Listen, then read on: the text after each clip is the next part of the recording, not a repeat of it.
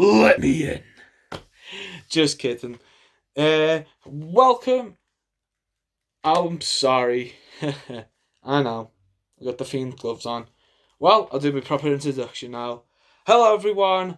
My name is Davey Wall, and this is your Wrestling Roundup. This is part 2. And yes, I'm wearing the Fiend's gloves. But enough of that now. Just a little thing to introduce the video to. When I get a new tripod, it'll be a lot easier to do things like that. So, anyway, welcome to part 2 of this review. So, I'm just going to be reviewing Hell in a Cell 2019. So, this is the kickoff show. This is Natalya versus Lacey Evans. So, for what can I remember? As always, Natalya Garden, Lacey, she's still pretty new at this, so she's pretty decent. Yeah, she's a heel at this point. Go to turn from a heel to she's a mid-turn from heel to babyface. So yeah, she's still cocky, she's still cool, and at the end of the match, and a lot of twists, a lot of turns. Well, not a lot of twists and turns. It's better when it's fresh in my mind, you know. So this is off the top of my head. So sorry, guys, for the inaccurate play-by-play of this match. So obviously, both ladies would have got their offense in, and yeah. So this, trying to remember why they had this match. I think it was just Natalya's sick of her being such a bitch to everyone, calling them nasties, and she's not a real woman, blah blah blah, and all the generic stuff for this type of feud. And in the end, oh yes, in the end, I was just rereading what I was on my laptop and rereading it. So Natalya won.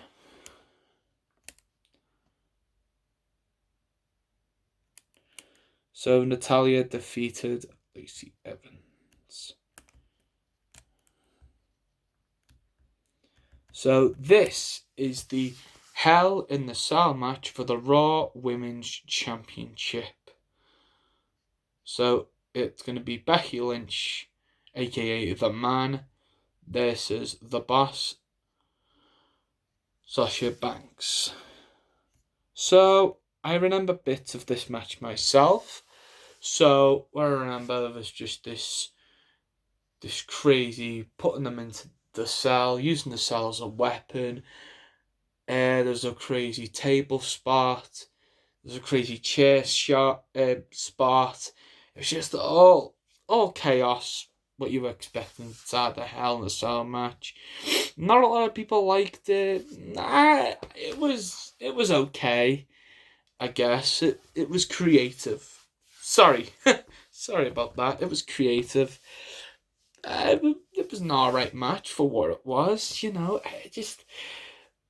don't know what it lacked. It just, I don't know what people expected from this match. At this point, she only just returned, so she, probably found a little bit of ring rust, but, they still worked well together. That's all I really can say, and she retained her championship. Well done. So, let's see. Yeah, she retained the championship. So, this is a tornado tag team match with the team of Roman Reigns, Daniel Bryan against Luke Harper and Eric Rowan. Now, this all came about because someone attacked Roman Reigns.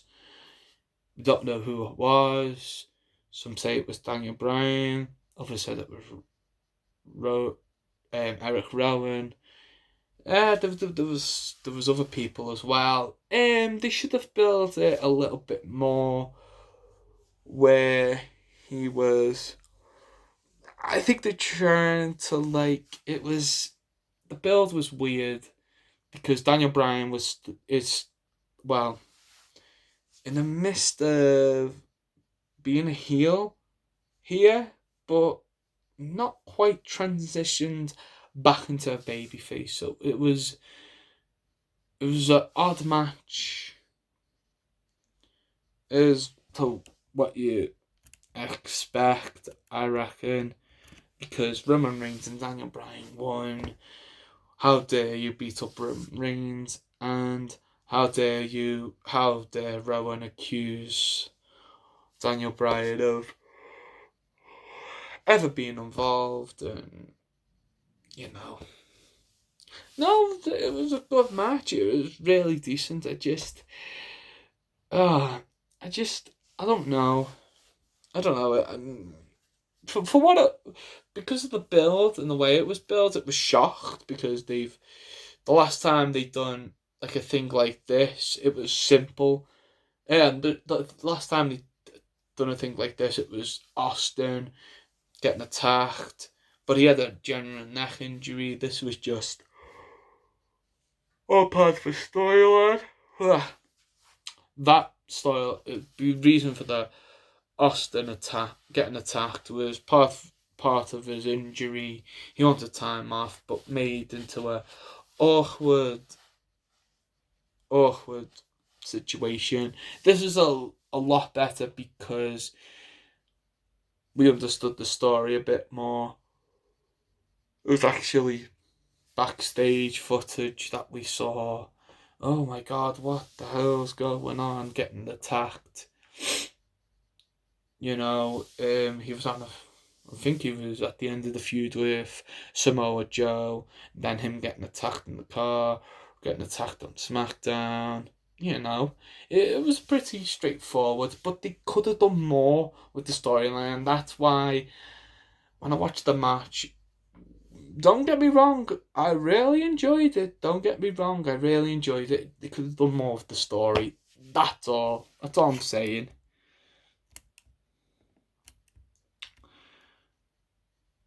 So we have Mustafa Ali taking on Randy Orton. It's kind of weird because... Oh, sorry guys, I'm really tired. He was the one who took Ali out when he was injured, and that's why Kofi Kingston became part of the Elimination Chamber. So this is all built up between him and Orton, and different from these other young punks. And to tell you the truth, it was a really decent match. I really enjoyed it. Some cool spots. I can't really remember off the top of my head, but just some things that stick in my mind, some things don't. But for what I can remember, it was pretty decent. I know I'm being positive on a lot of these because I'm a positive guy. That's it. I would say what went wrong, but I did enjoy this match. And Randy Orton won. They should have pushed Ali at least, like what they did with Kofi Kingston. So it seems that Ali was gonna go on and do what Kofi did for the WWE Championship. So I'm still looking forward to Ali breaking out as a singles competitor, probably win the Intercontinental title, hopefully lead to bigger and better things. Sorry about this, guys. I'm really because I was getting the, as I said, the part one, getting the decoration sorted for Christmas. I hope you're all enjoying either Hanukkah or Kwanzaa or whichever holiday you celebrate around this time of year. Leave me down in the comment section below. What do you celebrate? What when I celebrate Christmas? Do you celebrate Hanukkah? Do you celebrate Kwanzaa? Do you tell me what holidays you celebrate down below, or don't, or just tell me what you do around this time, this cold December time. So we have the women's tag team championship match between, I think the current champions were Nikki Cross and Alexa Bliss. So we have the women's tag team championship match, Alexa Bliss and Nikki Cross taking on the Kabuki Warriors, which is Asuka and Kairi Sane. So the match is as follows. Really good stuff from both teams. All I remember was the finish, which was the Green Mist, cover 1, 2, 3, and the Kabuki Warriors become the new women's tag team championship. You know, it was a good little back and forth. Could have done a little bit better, but you know, I like the ending to the match to bring back the Green Mists. For those who not familiar, it was it's actually a Japanese tradition in their type of wrestling. I'm not sure who's the first Japanese wrestler to ever use it, but during the Attitude Era, the only person I saw use it was Jerry, done the Green Mist and all that. But before that, oh, sorry guys, I'm really tired. It is late, so this is part 2. So, and it's the only one I know of that done the Green Mist. I have watched old WWE/WWF videos where there was being character. Not sure what the character is. He's wearing a mask, but you can only see his mouth. He had red mist, but he adopted the Japanese. That is Japanese type of way. Only heels use that type of tactics. So yeah, it's good to see like the Green Mist coming back into the fold. So we have the Viking Raiders and the OC versus the OC.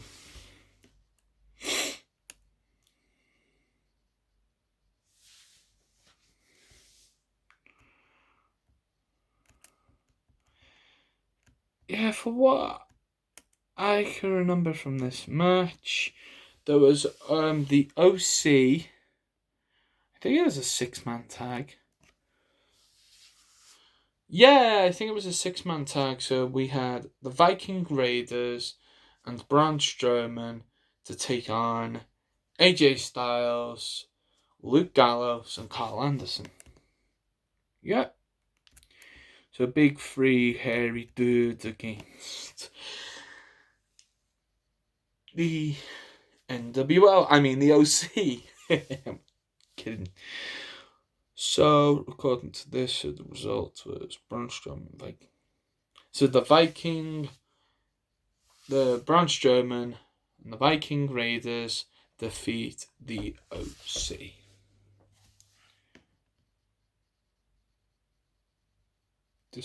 By disqualification.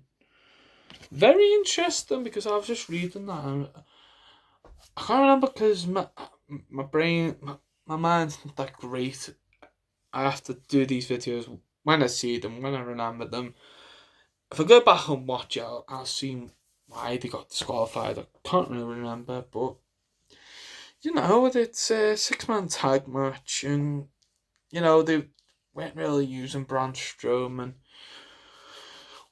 You'll see more of Braun Strowman in part 1 than this. So yeah, Braun, Viking Raiders, OC. Yeah, nothing really pops into my mind. I'll have to go back and watch that. Sorry about that, guys. Oh, yes. Okay. So this is Chad Gable versus King Corbin. So this is a match I do remember. So this is kind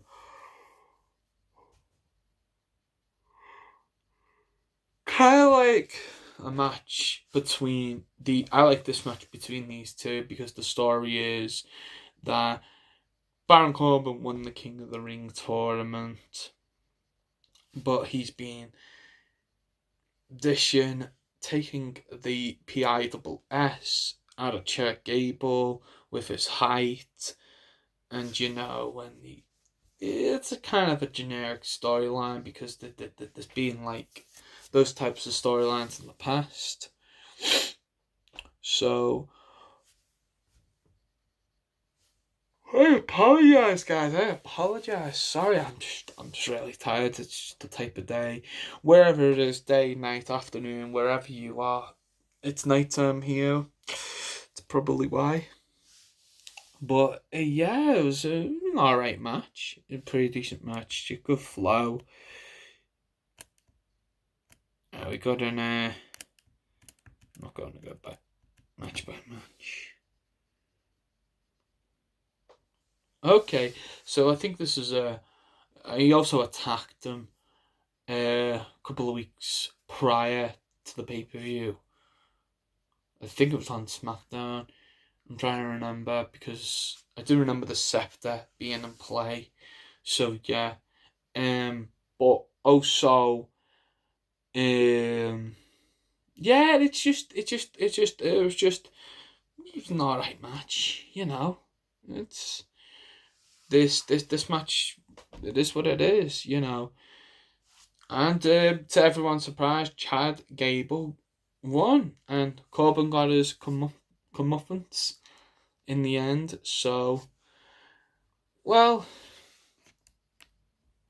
see how it plays out. Okay, we're moving on swiftly to the SmackDown Women's Championship. Charlotte Flair versus Bayley. SmackDown Women's Championship. Now, this is a really decent match. At one point, I thought, Bayley's going to retain the title. And no, that did not happen, ladies and gentlemen. To everyone's surprised. Charlotte Flair defeated Bayley to win the SmackDown Women's Championship. Can't remember. I'm sure she tapped out to the figure 8. I'll have to look back at this and do another video of it. And I don't know. I'll have to look back on that one.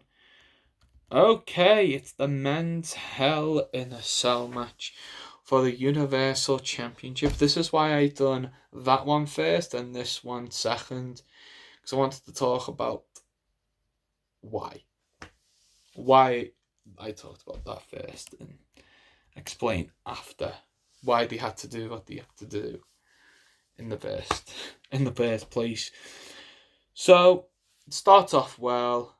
Bray Wyatt coming down the ring, as the Fiend, and then Seth Rollins coming down with the Universal Championship. Blah blah blah. Everything goes red. Ooh, this is different. Sin Cara had a thing where when. Oh my god! Sorry guys, one moment. It's just I'm getting to a point where I'll probably need to go to bed. I've got a big day tomorrow. Christmas night out. Way. So yeah. So we have The Fiend versus Seth Rollins for the Universal title. So it was a decent matchup up until the finish. Yeah, it was a refereeing stoppage inside the Hell in the Cell. Everyone thought everyone thought that it was oh, excuse me, guys. Everyone thought it was a disqualification, but it wouldn't surprise me if it was because of Shane McMahon and the Miz when they had a Hell in a Cell match. Miz went for the skull crushing finale. He goes for the cover, 1, 2, but there was no kick out by Shane. The referee stopped the count because he put the foot on the rope. But that makes no sense. It's a Hell in a Cell match. There is no rope breaks in a Hell in a Cell match. So why? I just didn't get it. I just didn't get it. It's like I didn't get the finish of the match. I understand it now more than anything. I understand it now more than anything. Why they done that? Oh, he was playing possum, but you could have done it better. You could have done it where he's whacking him and whacking him and whacking him. He's going off his head. He doesn't actually go for the cover. He could have. The way I would have done it, in my opinion, was not a refereeing stoppage. No. The way I would have done it was bury him, get all weapon chairs and keep whacking him and whacking him, getting him down, go for a 1 count, kick out, raise up, raise hell, and he should have finished with him getting piled on, mandible claw, sister Abigail, and 1, 2, 3. He should have become Universal Champion that night. But it wasn't a bad match. It was the finish. You got to understand this. It was the finish of the match which was bad, really bad. It was so bad that it was cringeworthy. It was so bad, so bad finish. I can't even explain how bad. It's just unbearable. It was just disgusting. They could have switched it better. I know it was the whole playing possum thing. You know how smart the Fiend is. He's not just this wild, dumb animal that he looks like an animal, like a demon, and that's what it means. He's like, if you look up the word Fiend, it means either, I'm sure it was a dark spirit or demon. That's what they're going with. So, it was because the way he's addressed, he's this dominant thing, and a lot of people are upset by it. Then I watched, shout out to one of my favorite YouTubers, Wrestling Days. He was an open mind about it, and he put me back on track and the faith back into Bray Wyatt. So he came up with the fact that he was playing possum. Maybe he doesn't want the championship. That's why he done it. It's just a thing. It's just a thing to the Fiend. It's not important.